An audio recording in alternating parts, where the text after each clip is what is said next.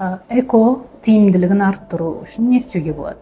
Біріншіден, ол қажетті анализдердің бәрін алдын ала тапсырып, репродуктолог дәрігеріңізге алып келіп көрсету, созылмалы ауруларыңыз болса, соларды емдеп, қабыну процестері болса, немесе жүрек, бас, қалқанша без, немесе сүт бездерінде қандай да патологиялар болса, дәрігер кеңесін алып, солардың бәрін қалыптастыру керек.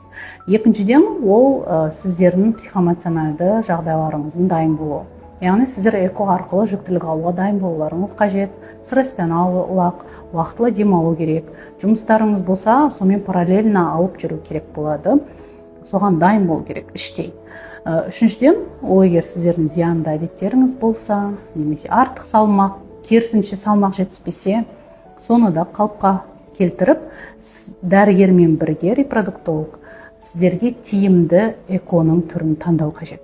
Егер алдыңғы эко бағдарламаларыңыз сәтсіз өткен болса, немесе керісінше бірінші рет эко бағдарлама өтіп жатқан болсаңыз, сіздің аналық органыңыздың қорына сәйкес, жасыңызға сәйкес, жатырдағы патология бар жоғына сәйкес қажетті протоколды шешіп алу қажет. Одан кейін эмбрион тасымалынан кейін күтім, стресстен аулақ, таза ауа жұту, дәрігер жазған барлық дәрілерді уақытылы қабылдау, және де егер қандай да бір шағымдар болса, оны дәрігерге жасырмай айту қажет. Егер сіздер қазір эко бағдарламасында өтіп жүрген болсаңыздар, қандай да бір сұрақтарыңыз болса, комментарияға жазып кетсеңіздер болады, жауап береміз.